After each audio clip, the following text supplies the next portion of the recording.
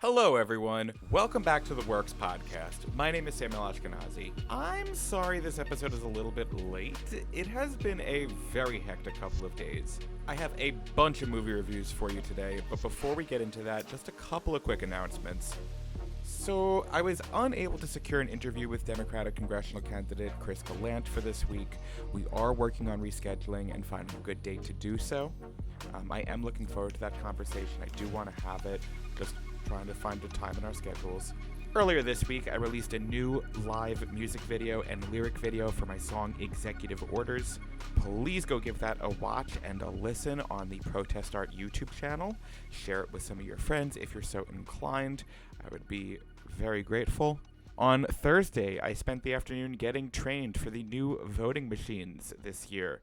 New York State is getting new voting machines, and the Board of Elections is working very hard to get everyone up to date on the new procedures. But we need volunteers. Republicans or Democrats are not just welcome, but we need both of you. Democracy only works if everyone is participating. On Election Day this year, and all years, all teams must be bipartisan groups of two. Becoming a polling inspector, clerk, or coordinator is a great way to give back to your community and make sure that this system that we're all working so hard on is working for everybody and we all get to use our voice. This year, the elections, I suspect, are going to be very big, particularly our general election midterms, and we're going to need people trained and prepared and all hands on deck. So, hope to see you there. And without further ado, let's get into this week's movies. Tuner is rated R. It's an hour and 49 minutes. This is distributed by Black Bear, and this is a crime thriller directed by Daniel Roher. It stars Leah Woodall, Dustin Hoffman, and Havana Rose Liu. Nikki, Leah Woodall, from The White Lotus Season 2, suffers from a rare debilitating condition known as hyperacusis. Essentially, it means he's allergic to loud sounds, which forces him to wear these specialized headphones and hearing aids to block out the loud or ambient noises of the world. He explains to someone at one point, "You wouldn't believe how loud the world is." This debilitating condition has also given him a bit of a gift.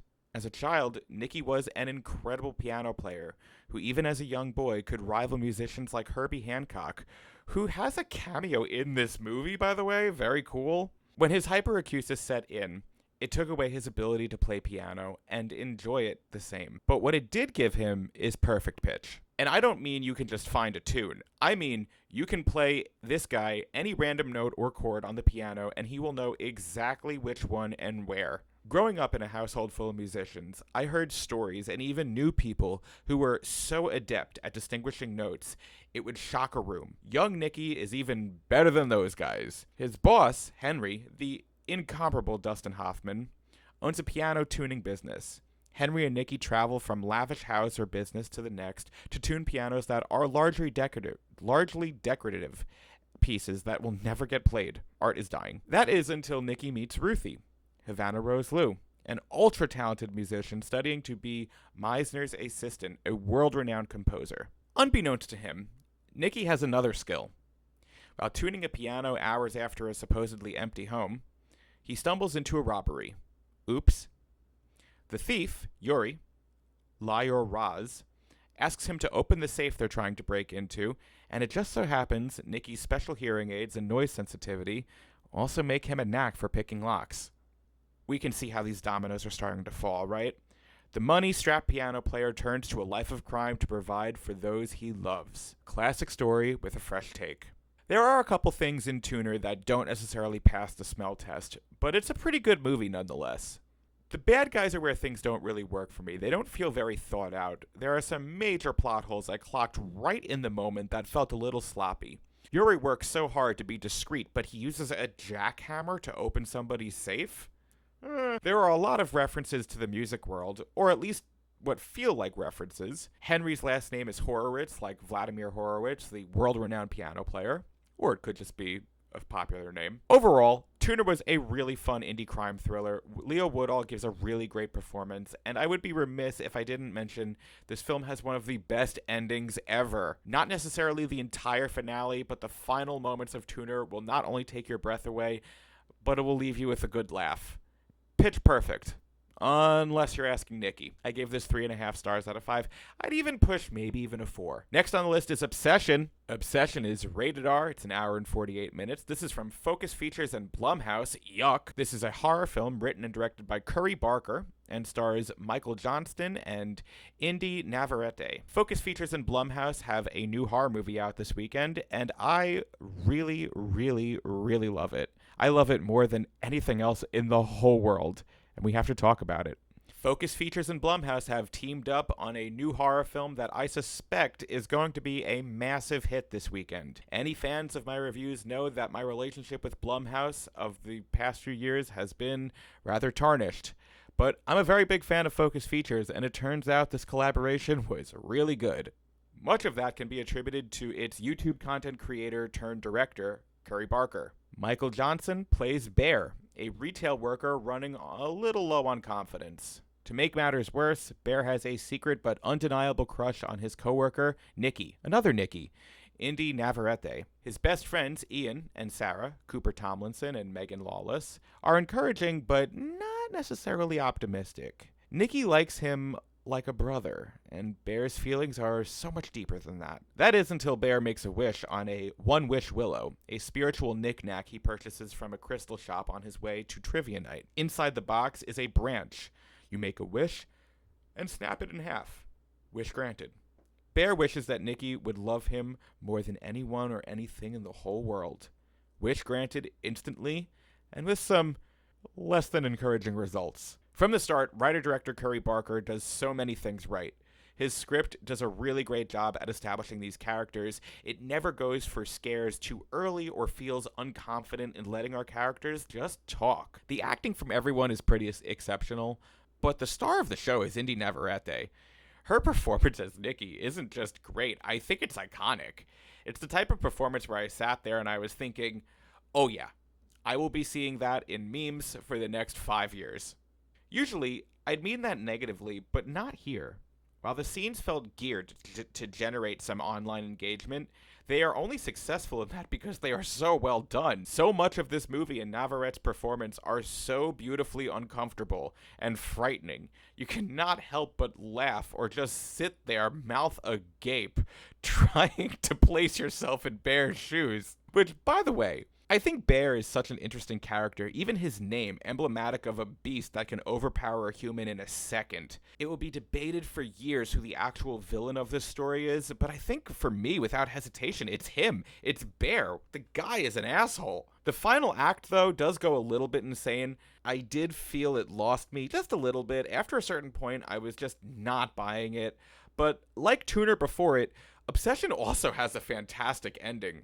One that will stick with most audience members long after the credits finish rolling. This was a really excellent picture, delivering far beyond its expectations. It's scary without being overdone, and delivers 2 bright young stars to obsess over. I gave this 4.5 out of 5. It might be closer to a 4, but I'm partial for horror. Is God Is. Rated R, an hour and 39 minutes. This is Amazon MGM. This is a revenge crime thriller written and directed by Alicia Harris.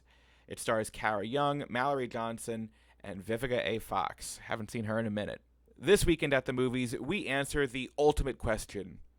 Is God Is, or isn't she? Is God Is the directorial... blah, blah, blah, blah. Is God Is the directorial debut from filmmaker Alicia Harris and follows sisters Racine and Anaya, Cara Young and Mallory Johnson. When they were children, their father tried to murder their mother by burning her alive. All survived, but all 3 were left with extensive burn scars. Their mother disappeared from their lives, and Racine and Anaya have learned to fight and fend for themselves. Now fully grown women, they are inseparable but distinctly different people. Racine is a hothead filled with pent-up rage, and Anaya is quiet and the victim of her own upbringing. Racine also has some pretty strange ideas, and we are going to use a simple formula to explain her logic. Mom, Vivica A. Fox, equals creator, equals God. After many years apart, Racine has reconnected with God, and the message is clear.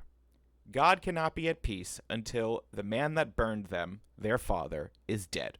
I'm always down for a good revenge thriller, but it's a genre that can quickly feel tired and overplayed. The trauma always feels the same or tame or safe. Hollywood never takes risks. Just as an aside, I remember the content creator Adam Does Movies made this excellent point where he was talking about how all these traumas always feel so similar. You know, it's always a dead parent or kid or ex-lover, and it never tries to do anything outside of the box. Is God Is does, though. First off, visually, Is God is pretty captivating. Meeting God for the first time is a memorable scene, only to be outdone by the first time we meet Dad, one of my favorites, Sterling K. Brown. The acting all around is pretty outstanding. The script really gives the cast these lush, well-fleshed-out characters who don't appear cookie-cutter in the slightest. Anaya is such a deeply scarred person, but both inside and out, but watching her arc over the course of this picture is really cathartic. I would also be remiss if I didn't shout out the makeup department for their awesome prosthetics work on Anaya's face. It looks so good and moves so well. As somebody who is constantly in a big mouth prosthetic, I know how hard those facial prosthetics are, and it works amazing. It's Kara Young who I think steals the show, though. Her simmering performance as Racine reminded me of Daniel Kaluuya in Widows from 2018. She is fierce and unhinged, but she never goes too far where we as the audience can't find like where her rage is coming from. She's relatable and understandable, but she's real. The violence in Is God is also super fun. It has a very Quentin Tarantino vibe to it, very reminiscent of Death Proof from 2006. I enjoyed almost all of this movie. My only gripe really comes with the ending, which I can't explain without spoiling things, so I won't. I understand the ending. I know why it happens the way it happens. I just feel it could have happened differently. I don't know. I was mixed on it.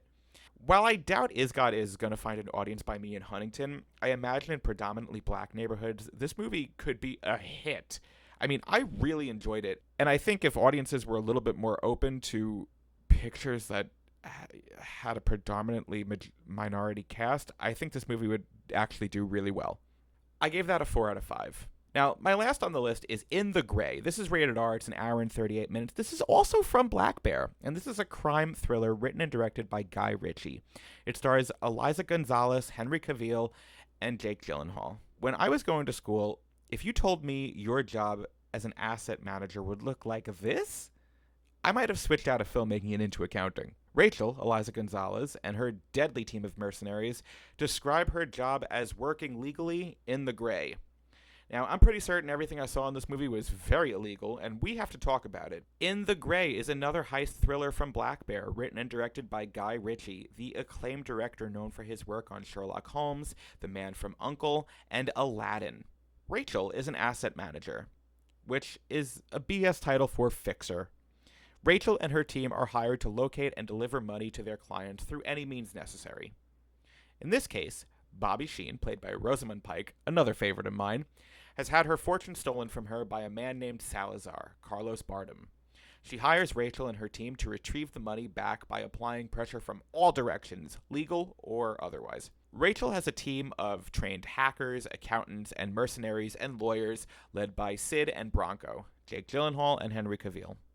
Now, In the Gray is a super enjoyable film. The action sequences are done really well. Guy Ritchie has had so much practice at this point directing these huge set pieces that it really seems effortless for him. This movie also looks stunning, with a respectable budget of nearly $70 million, making it a markedly smaller production than something like Guy Ritchie's breakout success Sherlock Holmes, which had a budget of over $200 million, and I think this movie arguably looks the same or better. Despite the impressive technical achievements and star-studded cast, I was not a huge fan of In the Gray, and it's kind of what separates it from the other Black Bear release, Tuner.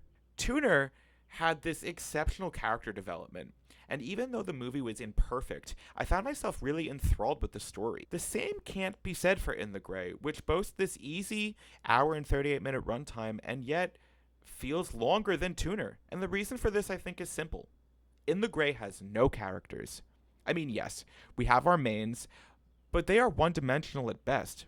They never reveal their deeper motivations or inner conflicts. They simply are what they are and do as they do. Like I said, I mean, this was a super enjoyable film. It's a really easy watch, but it feels like a Netflix release. There isn't any real story here. It's just a high intensity scenario executed with flawless technical precision and nothing more. This is a great matinee thriller for a rainy day, but I would not stress to leave the comfort of my couch to go to the theaters to see this before it hit streaming. I mean, it was good, it was fine, I enjoyed it, but I'm gonna give that a 3.5 out of 5. So listen, I'm sorry I did not have an interview for you guys today. I am working really hard on getting some new interviews to sit down. It's just also a matter of timing. This podcast is I have 3 other jobs outside of this podcast, and it's not always easy to schedule everybody all together. So I'm working on it. Hopefully next week I'll have an interview with Chris or some other names that I've been looking at that I think might be an interesting conversation. Until then, like I said, you know where to find me. Check out the socials. Check out Protest Start. Stream Stories from the End, available on all streaming platforms. And I will catch you all at the movies.